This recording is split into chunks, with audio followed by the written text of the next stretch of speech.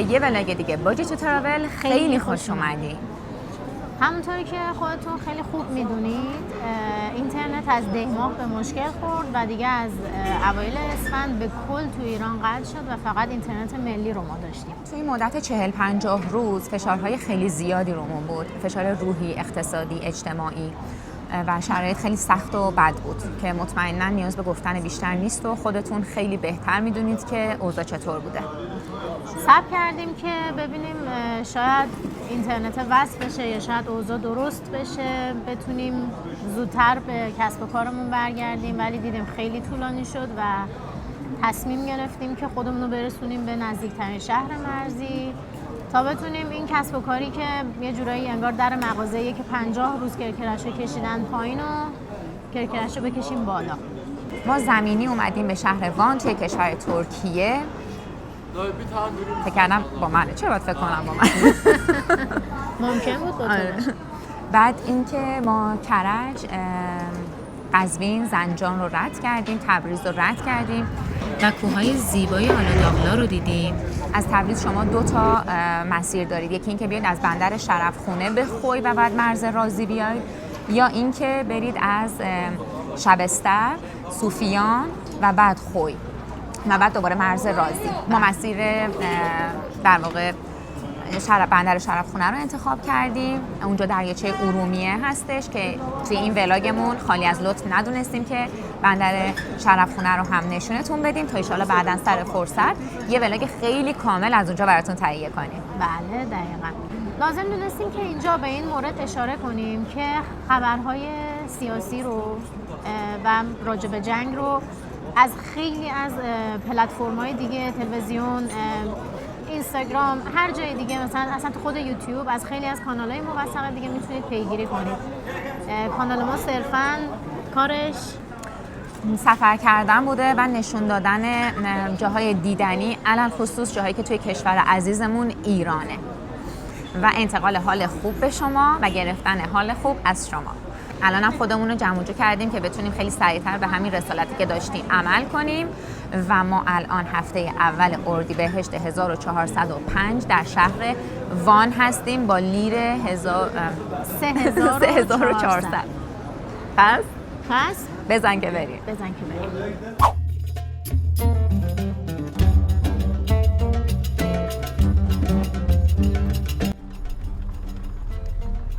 اینجا ورودی بندر شرفخانه که در 20 کیلومتری شهر شبستر و 80 کیلومتری شهر تبریز قرار داره. یکی از بزرگترین بندرهای دریاچه ارومیه بوده. بریم با هم دیگه تا اسکله.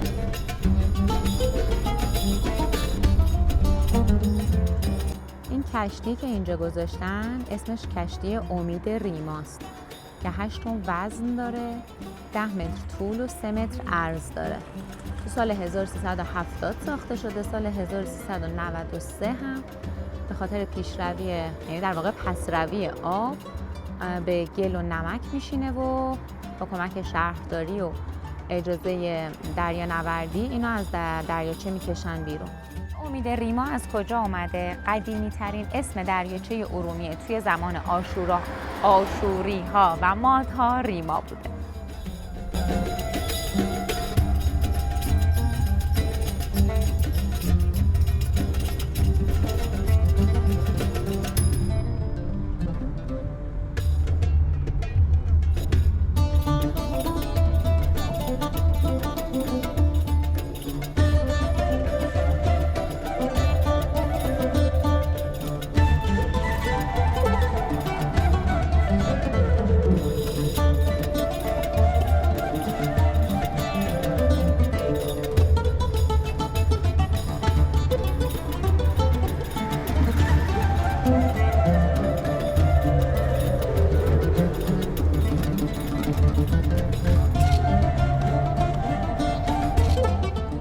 قبل از اینکه وارد ورودی اسکله بشیم این دریاچه رو می‌بینین که این دریاچه درست شده، هندمیده.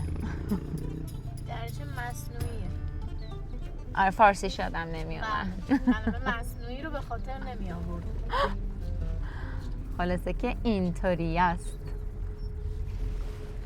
در امتداد اون دریاچه مصنوعی میرسیم به این قسمت، یعنی در واقع خیابون تموم میشه دیگه و میریم که غزاله ما رو ببره به سمت اسکله.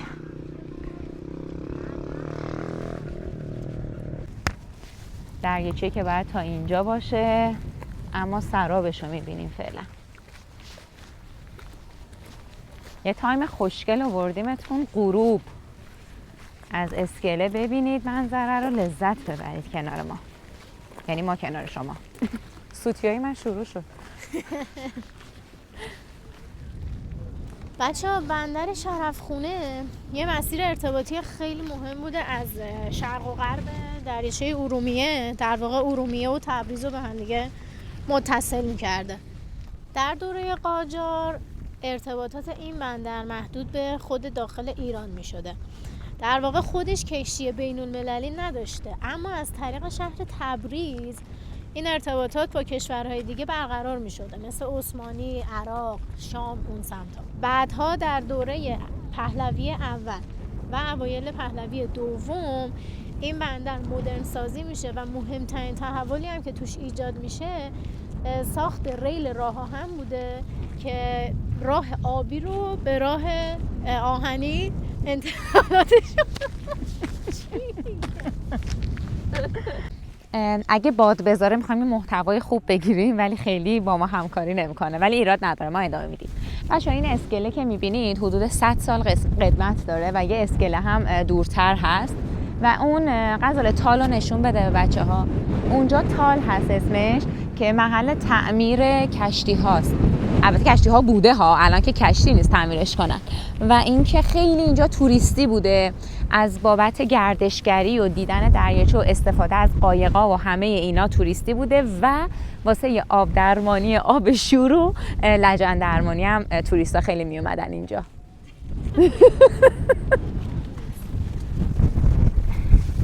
اسکیمو خیلی باد میاد، خیلی بچه، چون ابری هوا غروبو فکر کنم نتونیم بگیریم. الان خیلی جالبه که بدونیم این کشتی داره به کجا میره، با اینکه تا دور دست ها آب نیست، همینجوری هی سراب میبینیم بریم، ولی این کشتیه خیلی دورتره انگار و نمیدونیم به کجا قراره بره. اسم اول اینجا بندر شورابخونه بوده. چرا؟ چون دریاچه آب شور بوده، به خاطر همین بهشون گفتن شورابخونه. بعد از شورابخونه اینجا میشه شرابخانه. چرا؟ چون که این بندر شده بندر عشق و حال و بزن و به رقص و کشتی تفریحی و قایق و همه این داستانا، اما بعدش توبه میکنن و شراب رو به شرف تبدیل میکنن و میشه بندر شرفخانه. این چیزایی که گفتم به استناد حرفای بومیای اینجا هستش که گفتن این سه تا اسم تغییر کرده تا رسیده به شرفخونه. اینجا روستای هفت چشمه است، خیلی نزدیک به شرفخانه است. بعد بچه‌ها اینجا پر از باغای سیب، زردالو، گیلاس، دیگه سیب گلاب، خلاصه خیلی میوه داره.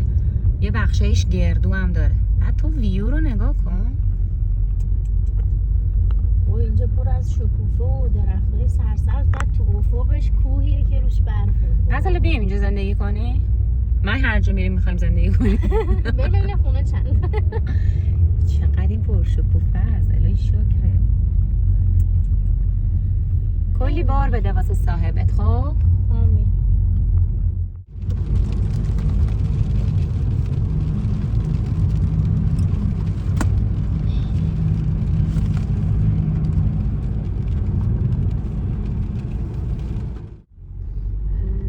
جاده منتهی الیه رازی هستیم، مرز رازی. شهری که قطور رو رد کردیم. آفرین، شهری که رد کردیم اسمش قطور بود و آهنم ایستگاهش همینجاست، راه آهن قطور، در واقع راه آهن رازی. بریم ببینیم چی در انتظارمونه. بارونم گرفته، یه مسیری هم که پیاده باید بریم، فقط پانچو بپوشیم. آره حتما من پانچو بپوشیم. و چقدر این مسیر زیبا بود. کل مسیرش بجز یه تیکه زنجان تبریز که جادهش خیلی بد بود، یعنی وارد تبریز که میشیم هم جاده ها هم مسیرها اصلا خیلی خوشگل بود، خیلی خوی به رازی که خیلی زیبا بود. محشر یعنی اصلا از خود تبریز دیگه کلا به اینور عالی بود. واقعا شرایطشو دارید یک بار شده حتی زمینی تجربه کنید. تا اینجا بیایید برگردید اگه نخواستید از مرز خارج شید. اینجا بیایید یک ساک دور برگردید. اومدیم پارکینگ عمومی شهرداری، شبیه 100,000 تومنه. آخرین پارکینگیه، تقریبا 2 کیلومتر تا مرز فاصله داره. یه عالمه ماشین اینجا هست. 100 متر 100 متره دیگه.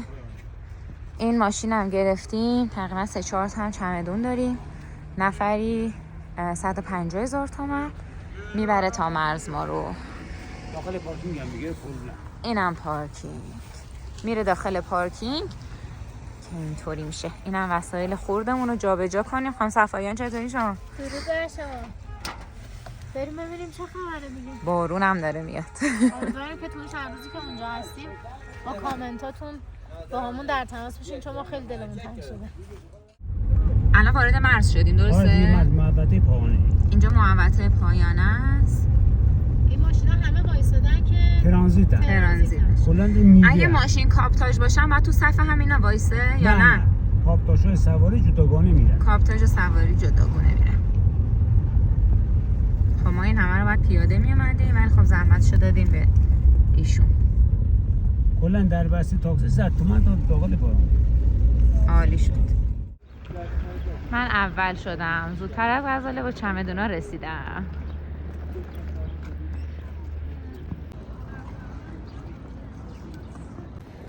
اون ماشینه که بهتون گفتم نفری 150 اشتباه بود. کلا 100-150 در بس میارن تا اون جایی که دیگه ورودی مرز میشه که خوبه با ماشینم بیاد اگه وسیله دارید، چون راهش طولانیه، چرخای چمدون خراب میشه. دوباره از اونجا هم تا دم این سالن مسافربری هستن این باربرا که 50 تومن 100 تومن 200 تومن بسته حالا به اینکه بارتون چقدره ازتون میگیرن تا اینجا هم میارن. مسیرش کمتره ولی خب اگه دوست داشته باشین میتونین برین اونا براتون بار بیارن. خروجی واسه اولین بار تاریخ هم میبینید 31/1/405. اینجا سیم کارت گرفتیم. غزاله داره تلاش میکنه سیم کارت رو بندازه. همین ایران هم سیم کارت رو گرفتیم. 675,000 تومان برای دفعه اول سال 405.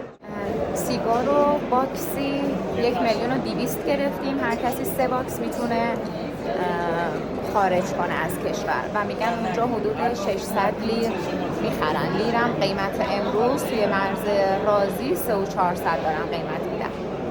خب دوستان ما از مرز رد شدیم. ایشون خانم کرمنژاد معرف حضورتون. منو میبره. الان واقعا میخوایم بریم مرکز شهر و نفری 300 لیر. لیرم گفتم بهتون 3,400. میگفتن که قبل از این که تنگه هرمز بسته بشه 200 لیر بوده، الان شده 300 لیر. چون که قیمت گازوئیل رفته بالا. آره لیتری 80 لیر گازوئیل میزنن. بریم. دیروز که رسیدیم گشتیم دنبال هتل. میتونستیم آنلاین هتل انتخاب کنیم و رزرو کنیم اما دوست نداشتیم این کارو کنیم، چون میدونستیم تو این تایم شرایط جوری هستش که میتونیم خودمون بیایم هتل‌ها رو ببینیم، اتاقا رو ببینیم و بعد انتخاب کنیم.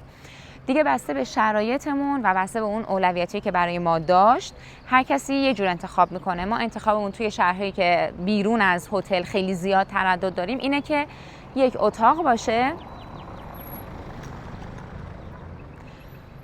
که خواب راحت داشته باشیم. این که حالا خیلی هتل آپشن داشته باشه اینا برامون راستش مهم نیست. از بین چند تا هتلی که انتخاب کرد یعنی دیدیم در واقع توی خیابون جمهوریت 1 هتل نیسا رو انتخاب کردیم. نفری 600 لیر و با صبحانه سرد کاملی هم داشت. تخم مرغ آبپز، انواع مرباها، عسل، اردشیره، حلوا شکری و گوجه خیار و پنیرا و اینجور چیزا. صبحانه زیتون و صبحانه گرم نداشت. اینجا خیلی خوب بود، اوکی بود. ماشینم میخواد پارک کنه، ما هم همینجوری با دوربین داریم حرکت میکنیم و اینجوریه که ما تولید محتوا میکنیم. خب رشته کلام از دستم در رفت. بریم با هم داخل هتل هم ببینیم و اتاقمون هم نشونتون بدیم. این لابی. بریم بالا. اتاق ما کات اوچ هستش، میشه طبقه سوم کنار سالن صبحانه خوری. و خوبی این هتل اینه که سرویس ایرانی هم داره برای کسایی که راحت نیستن فرنگی برن و واقعا از نظر نظافت خیلی همه چیش اوکی بود. یه آپشن مهم که خیلی از هتل‌های اینجا ندارن آسانسور بچه‌ها. اون وقت تا طبقه بالا رزرو کردید، اون وقت تا طبقه بالا با پله وسایلتون رو ببرید. بفرمایید. سرویس بهداشتی و حمام. بفرمایید داخل. من املاکم دیگه الان. یه تلویزیون اینجا داریم، کمد دیواری رو داریم، یه تخت شوفاژ، یه تخت دیگه و 2 تا تخت دیگه، شوفاژ، یه پنجره به این سمت و ویو ویو ابدی. خیلی ویو اتاقمون اصلا عالی خوبه. بود. خیلی وای چقدر خوشگله همین الان. یه عکس بگیرم. فوق‌العاده است. چطور ممکنه انقدر یه کوه و ابر و اصلا ماه و خورشید و فلک. بله. ببخشید اینجا یکم به هم ریخته است. توضیحات تکمیلی بفرمایید. بفرمایید. خب خیلی خوش اومدین. همطور که گلسا گفت بر ما راحتی اولویت تو انتخاب هتل، تمیز بودن هتل هم خیلی برام اولویته. ما رفتیم توی سایت از ایران، رفتیم تو سایت ها و هتل های اینجا خیلی هتل اینجا زیاده، از 3 ستاره و 2 ستاره و سویت هتل و 5 ستاره و اینا. رفتیم همه رو چک کردیم. جالب بود که مثلا نظرهایی که گذاشته بودن، خب نوشته بودن مثلا فاضلابش بسته شده بوده، بو میداده، نمیدونم خیلی سرد بوده اکثر اتاقا، هتل‌ها. دیگه ما رو حساب این که اینا رو نوشته بودن تصمیم گرفتیم که خودمون حضوری بیایم هتل‌ها رو ببینیم. نسبت به نظرهایی هم که داده بودن خیلی مثلا محتاط عمل کردیم. دیگه اومدیم این هتل رو دیدیم و دیدیم که خب همه چی اوکیه، تمیزه و اتاق هم گرم و دیگه اینجا رو انتخاب کردیم. مصرف انرژی هم خیلی برای اینجا مهمه. اینجا که نه صرفا اینجا، کلا تو کل وان هتل‌ها شوفاژاشون رو ساعت 6 عصر روشن میکنن تا 7 و 8 صبح. برای همین خب خیلی ها میگفتن که مثلا هتلمون سرد بوده، به همون اهمیت ندادن، یه پتو اضافه ندادن یا اینجور چیزا، ولی خب ما خیلی راضی بودیم. شوفاژمون هم خوب بود. متشکرم. قربان شما. ملافاتون تمیزه؟ ملافمون هم تمیز بود. آره همه چی اوکی بود. به نظرم شما هم اومدید یا خودتون بیاین نزدیک چک کنید یا اینکه نمیدونم سختگیرانه است اگه بگم از راه دور رزرو نکنید، ولی خب ما این کارو نکردیم. ممنون که تا اینجای ویدیو همراهمون بودید. اگه ما رو سابسکرایب ندارید لطفاً سابسکرایبمون کنید و میریم برای جمع‌بندی هزینه‌های سفر زمینی به وان. راههای رسیدن به وان از مرز رازی 1 با ماشین شخصی تا مرز میرید و شبی 100,000 تومان برای پارکینگ بدون سقف پرداخت میکنید و با ون به قیمت 300 لیر به وان میرسید. 2 اتوبوس تهران خوی 920,000 تومان و ون خوی به مرز 850,000 تومان و مرز به وان 300 لیر. 3 تهران سوار قطار میشید و به وان میرید با 3,900,000 تومان. هزینه اولین خروج از کشور در سال 1405 675,000 تومانه و حداقل هزینه هتل شبی 400 لیره و برای خرید سیم کارت از 1,500,000 تومان میتونید هزینه کنید. تمامی این هزینه ها برای هر یک نفر هستش. برای دیدن جزئیات بیشتر از شهر وان ولاگ های بعدیمون رو از دست ندین.